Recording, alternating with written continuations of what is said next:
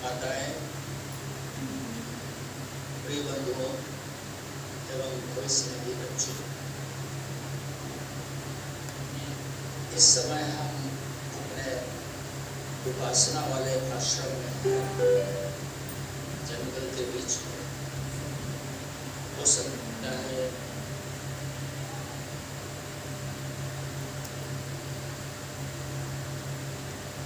लेकिन आप लोगों को हम देख रहे हैं और हमें आशा है आप लोग हमारी वाणी को सुन रहे हैं। आज यहाँ पे पूर्णिमा है।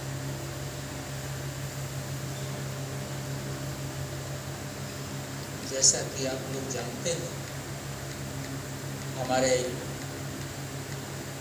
आश्रम में पूर्णिमा का एक बहुत विशेष महत्व है। पूर्णिमा को लोग हवन करते हैं। जो मंत्र जप आप पूरे महीना किए हैं, पूर्णिमा के दिन फिर अपने मंत्र से जब हम हवन करते हैं तो उसको ऐसा ही मानते हैं कि जैसे आप बीज तो बोए हैं खेतों में, लेकिन फिर वह कट करके खलिहान में आता है, खलिहान से उठा के फिर अपने घर में लोग रखता है। तो हवन का यही महत्व है कि जो भी जब हम महीना भर किए हैं, हवन करने के बाद वह मंत्र की शक्ति हमारे अभ्यंतर में, हमारे भीतर आके जमा हो जाती है। तो बीज तो बो दिए हैं, लेकिन उस बीज को फिर उसको काटना है, उसको इकट्ठा करना है, फिर घर में लाना है। तो हवन का मतलब यही होता है कि तो हर पूर्णिमा को लोग हवन करता है। यहाँ पर भी इस समय लोग अपना हवन कर रहा है, तो आप लोग भी करते होंगे। और अगर नहीं करते हैं, अगर मंत्र से दीक्षित है, तो इसके बारे में आप लोगों को सोचना चाहिए कि पूर्णिमा के दिन हवन करने के लिए अगर आप समय निकाल पाएं, उसके लिए आप लोग अपने आश्रम में व्यवस्था बना लें तो बहुत ही अच्छा होगा कि आपकी साधना जो है वह दिन पर दिन बढ़ती जाती है। मंत्र जप तो सब कोई करता है, लेकिन मंत्र जप के बाद हर महीने, हर पूर्णिमा को हवन करने का एक विशेष महत्व है। आप पूछेंगे क्यों? तो जैसा कि आप जानते हैं कि पूर्णिमा, चंद्रमा जो है पूर्ण है। हालांकि चंद्रमा में कोई प्रकाश नहीं है, जैसा कि आप लोग जानते होंगे, पढ़े होंगे कि चंद्रमा के ऊपर सूरज का प्रकाश जब पड़ता है तब चंद्रमा चमकता है।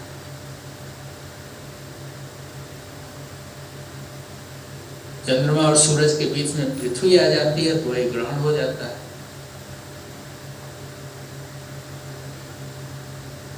सूरज के चारों तरफ पृथ्वी चक्कर काट रही है, पृथ्वी के चारों तरफ चंद्र।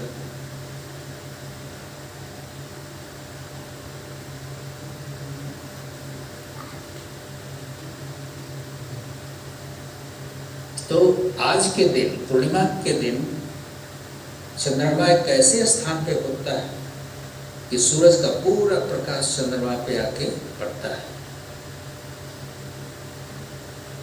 तो पूर्णिमा बोलते हैं। तो इसका क्या मतलब? गुरु और शिष्य, शिष्य जो है गुरु की शिक्षा, अपने जीवन में हमेशा गुरु की शिक्षा के बारे में सोचता रहता है। जिस दिन हमारा जीवन ऐसा हो जाए कि गुरु की शिक्षा हमारे जीवन में पूर्ण रूप से स्थान बना ले, तो वह गुरु का जो प्रकाश है आपको अवलोकित कर देता है। तो इसके माने तो बहुत होते हैं कि क्यों पूर्णिमा को हवन करते हैं। पूर्णिमा के दिन एक विशेष ऊर्जा होती है, उस विशेष ऊर्जा पृथ्वी पर जब होती है, अगर हम अपने मंत्र के साथ हवन करते हैं तो वह ऊर्जा अपने भीतर और भर जाती है। आपका जो मंत्र है, मंत्र में शक्ति है। जपैत सिद्धि जपैत सिद्धि, जितना ही जप करते हैं, हर जप के साथ आपके भीतर एक शक्ति इकट्ठा हो रही है। तो आपको अपने बारे में भी सोचना है कि हमने दीक्षा तो ले लिया है, मंत्र भी जपते हैं, इससे हमको क्या होता है, क्या मिलता है? बहुत कुछ मिलता है। आपके मंत्र की शक्ति आपके भीतर है। अब उस शक्ति का आप सदुपयोग करते हैं कि दुरुपयोग करते हैं, ये आपके ऊपर है। जो मंत्रधारी है, जो मंत्र को जपने वाला है, उसके वाणी में ऊर्जा भरती है। वो जो कहता है वो हो जाता है।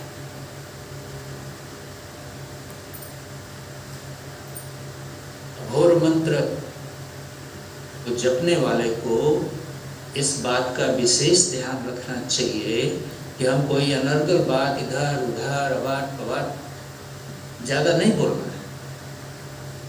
बोले वही जिसकी हमें आवश्यकता है। किसी दूसरे को भी उल्टा सीधा नहीं बोलना चाहिए। अगर आप उल्टा बोल दिए वैसा उसका हो जाता है। अगर हो सके तो अच्छा बोले, उनकी अच्छाई की बात करें, उनको आशीर्वाद दे। अगर किसी को कटु वचन भी बोल दिया तो उसका कुछ न कुछ प्रभाव तो होता है। तो आपके पास यह मंत्र रूपी तेगा जो दिया गया है, इसका उपयोग बहुत सोच समझ के करना है। आप मंत्र जप रहे हैं, मंत्र जपते समय कहीं किसी के बुराई तो नहीं सोच रहे हैं। ऐसा भी सोचना है आपको कि जब आप मंत्र जप रहे हैं तो उस समय किसी का बुरा न सोचें।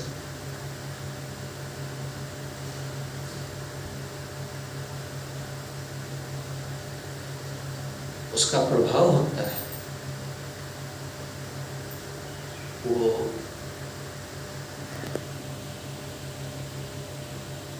तो मंत्रधारी को इस बात का विशेष ध्यान देना है। अगर मंत्र जपते जपते आपके मन में कोई नेगेटिविटी आ गई, किसी के प्रति बुराई आ गई, तुरंत अपने सांस को रोक लीजिए, धीरे धीरे उसको छोड़िए, धीरे धीरे खींचिए 2-3 बार, और बल्कि मन ही मन कहिए कि हे माँ, हे अघोरेश्वर,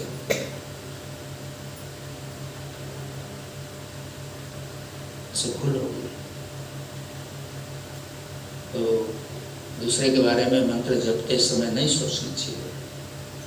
मंत्र जपते समय आपका ध्यान या तो गुरु का मूर्ति का ध्यान कर रहा है, या माँ का ध्यान कर रहा है, या तो गुरु या तो माँ। माँ का ध्यान हृदय में, गुरु का ध्यान मस्तक। और ऐसा अनुभव करना चाहिए कि हमको बहुत आशीर्वाद मिल रहा है।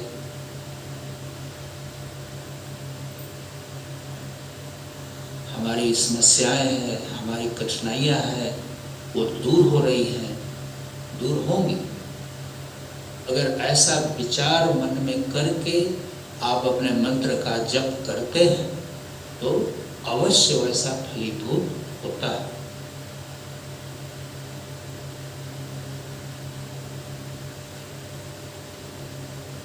हालांकि कहा गया है कि कोई इच्छा रख के पूजा पाठ नहीं करना चाहिए। लेकिन लोग करता है, लोग मनौती मांगता है कि हे भगवती ऐसा हो जाए तो हम ये करेंगे वो करेंगे। इच्छा रख के अगर हम पूजा पाठ करते हैं तो उसको निम्न श्रेणी की साधना मानते हैं। इच्छा से रहित होकर अगर हम कोई साधना करते हैं, अपने मंत्र का जप करते हैं, वो भगवती तो उसको पूरा कर ही देती हैं। लेकिन हमको एक भिखारी जैसा नहीं होना है, वो माता का सेवक बनना है, भिखारी नहीं। उनको हम माँ बोलते हैं तो हमको उनको बच्चे जैसा बनना होगा। बच्चा माता के सामने भिखारी जैसे नहीं खड़ा होता है। बच्चा जानता है उसका अधिकार है, तो आपका भी अधिकार है माँ के साथ, लेकिन आपकी भक्ति वैसी होनी चाहिए।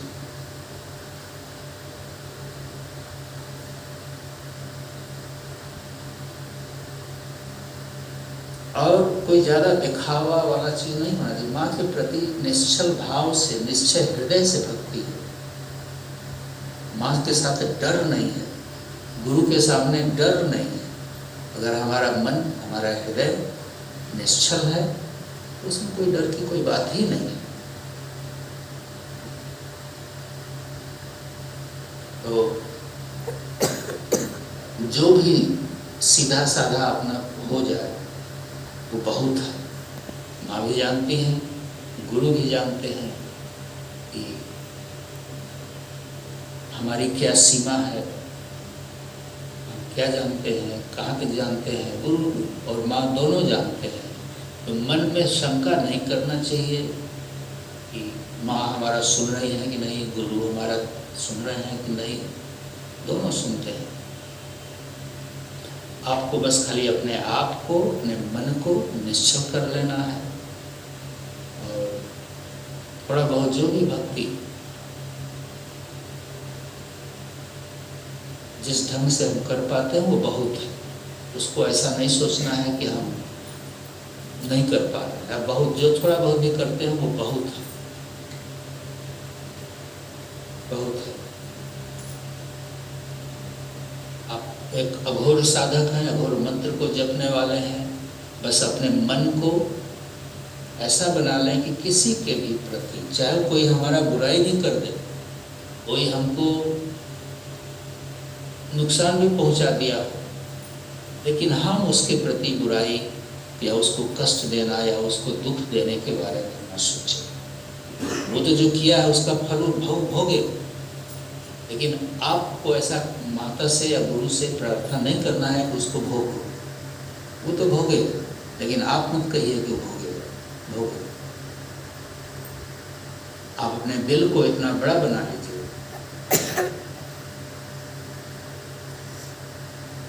कि उसने अपने धर्म का पालन नहीं किया, लेकिन हम अपने धर्म का पालन करेंगे।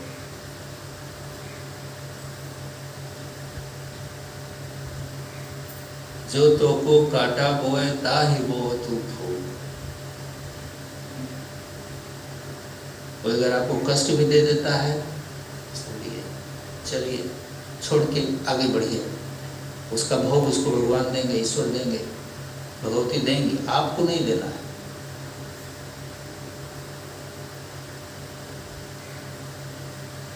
जिस दिन ऐसा हो जाए, वह मंत्र की शक्ति जो आपके अभ्यंतर में है वो अपने आप फूल की तरह बढ़ेगी। हम जानते हैं, मनुष्य हैं, कोई हमको उल्टा सीधा बोल देता है तो हमारे मन में क्रोध होता है। फिर उनको हम जवाब देने के बारे में सोचते हैं।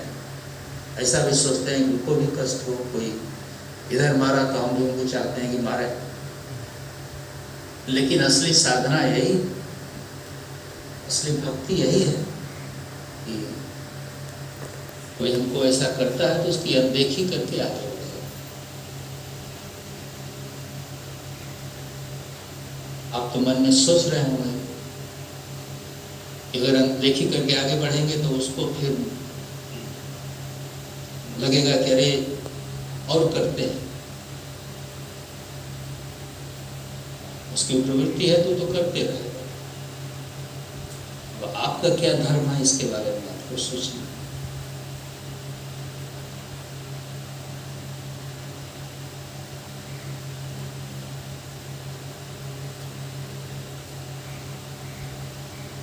ईश्वर की भक्ति, भगवती की भक्ति, गुरु की भक्ति। अब मतलब यही है कि हम ऐसे रहें कि हमारा मन, हमारा चित्त शांत हो। अब उस शांति को पाने के लिए हमारे अंदर दया होना चाहिए, क्षमा होना चाहिए, शील होना चाहिए, शालीनता होना चाहिए। और इसी को हमारे ऋषियों, मुनियों, गुरुजनों ने कहा है कि उसको अपने जीवन में हमको लाना चाहिए। शील, शालीनता, दया, क्षमा, विवेक, यही सब हमारे आभूषण हैं।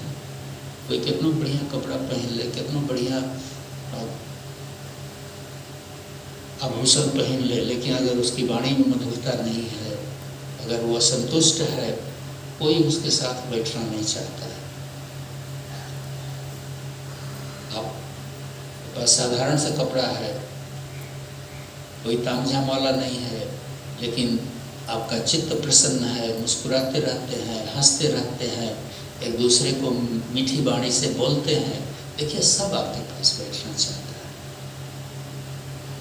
वही असली धन है। धन की तो कोई सीमा नहीं है। हम ऐसे देश में रहते हैं कि जिनके पास इतनी अपार संपदा है कि उनके 10 पुस्त खाते रहे बैठे बैठे, लेकिन वो लोग बिल्कुल अशांत हैं। उनके मन में शांति नहीं है, भय है। उनके मन में दूसरे के प्रति द्वेष है। अरे हमारा भाई तो हमसे ले लिया जाते, लेकिन उनके पास इतना है कि 10 पीढ़ी खा, लेकिन वो उसी ईर्ष्या में पड़े। तो ऐसे जीवन का क्या महत्व है? बाबा बोलते थे कि दूसरे के महल से हमारा झोपड़ी ही अच्छा है। तो किसी के पास क्या है इसके बारे में हमें नहीं सोचना है। हमें ईश्वर ने, भगवान ने, भगवती ने जो दिया है बहुत दिया है, और हमारा जीवन शांति से, सुख से बीत जाए। किसी के प्रति मन में ईर्ष्या न हो, द्वेष न हो।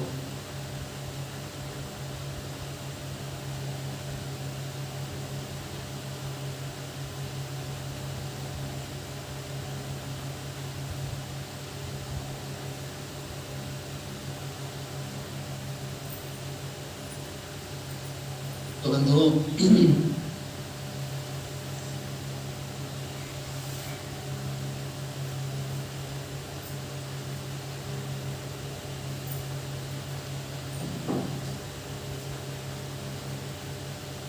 हम जानते हैं, पता नहीं आप लोग का रिसेप्शन कैसा है, तो यहाँ भी कमज़ोर है, वहाँ भी कमज़ोर है, थोड़ा बहुत जो है बहुत है। आप लोग हर रविवार को इस तरह से इकट्ठा होते हैं, ये देख हमको बड़ी खुशी है कि आप लोग इसको चलाए रखे हैं। हम अघोरेश्वर से, भगवती से आपके मंगल की कामना करते हैं। आप लोग सब परिवार स्वस्थ रहें, प्रसन्न रहें, और इसी के साथ हम अपनी वाणी को विराम देंगे और आप लोगों का जो कार्यक्रम है उसको अपलोड करेंगे। एक क्षण के लिए सब कोई सीधा बैठ जाएगी।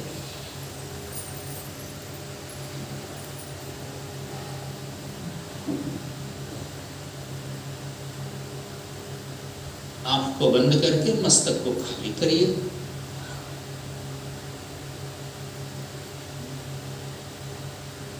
आपकी श्वास जहाँ है वहीं पे एक क्षण के लिए रोक दीजिए।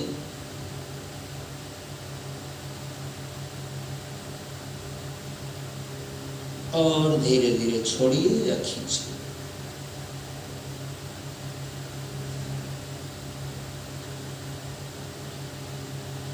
यह सरकार बाबा का जो फोटो हमारे पीछे लगा है अभय मुद्रा में, उसको आप लोग ध्यान से एक बार देखिए।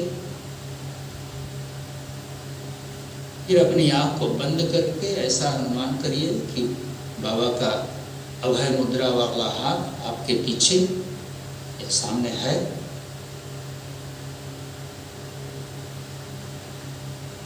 अभय, कोई भय नहीं। कभी भी आपके मन में कोई डर हो या कोई इच्छा हो, कामना हो, जो कुछ भी हो, उसको मन में रखते हुए बाबा के इस मूर्ति का, इस रूप का ध्यान करने से आपको अघोरेश्वर का आशीर्वाद, उनकी छाया अवश्य मिलेगी। तो बाबा के इस रूप का, अघोरेश्वर के अभय मुद्रा का ध्यान करने से किसी भी प्रकार का अगर आपको भय है या कोई कामना है, उसमें अवश्य आपको उनका आशीर्वाद मिलेगा। तो इस तरह से भी आपको थोड़ा कभी ध्यान करना चाहिए। लेटे हैं, बैठे हैं, एकाएक आंख बंद किए, बाबा का ऐसे ध्यान किए, ऐसे आपको लगेगा कि उनका आशीर्वाद हमको मिल रहा है, उनकी छाया हमको मिल रही है। तो इसी को बोलते हैं मंत्र सूत्र, कि गुरु से हमारा सूत्र जुड़ा है।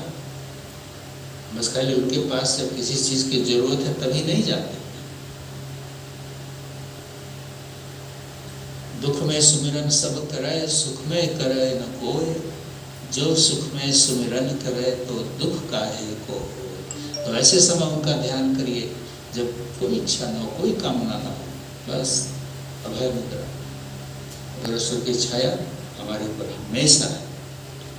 और अगर आप इस विचार के साथ अपने जीवन को जीते हैं तो आपको किसी भी चीज की कोई कमी नहीं है। इसी के साथ हम अपने वाणी को विराम देंगे और आपका जो आगे का कार्यक्रम है उसको आप लोग करिए और अगले रविवार को फिर आपके साथ बैठने का अवसर